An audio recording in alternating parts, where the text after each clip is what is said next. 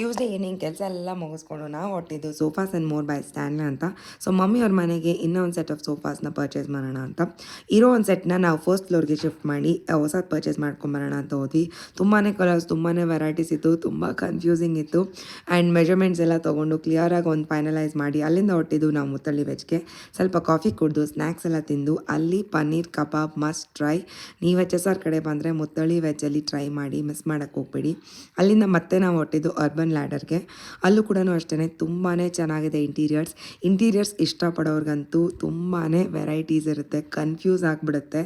ಅಲ್ಲಿ ಕೂಡ ಪರ್ಚೇಸ್ ಮಾಡಿಕೊಂಡು ಏನೇನು ಪರ್ಚೇಸ್ ಮಾಡಿದ್ವಿ ಅಂತ ನಾನು 2-3 ಡೇಸಲ್ಲಿ ಡೆಲಿವರ್ ಆದಮೇಲೆ ಮತ್ತೆ ವೀಡಿಯೋ ಮಾಡಿ ತೋರಿಸ್ತೀನಿ. ಮತ್ತೆ ಮನೆಗೆ ಬಂದಮೇಲೆ ನಾನು ಆರ್ಡರ್ ಮಾಡಿರೋವಂಥ ಒಂದು ಆನ್ಲೈನಲ್ಲಿ ಕುರ್ತಾ ಸೆಟ್ ಡೆಲಿವರ್ ಆಯಿತು. ತುಂಬಾ ಚೆನ್ನಾಗಿತ್ತು ಕಲರ್ ಆ್ಯಂಡ್ ಕಾಂಟ್ರಾಸ್ಟ್, ಅದಕ್ಕೆ ಗ್ರೀನ್ ಆ್ಯಂಡ್ ಮರೂನ್. ಸೊ ಈ ಡ್ರೆಸ್ ಲಿಂಕ್ ಬೇಕು ಅಂದರೆ ಕಮೆಂಟ್ ಸೆಕ್ಷನಲ್ಲಿ ಕಮೆಂಟ್ ಮಾಡಿ.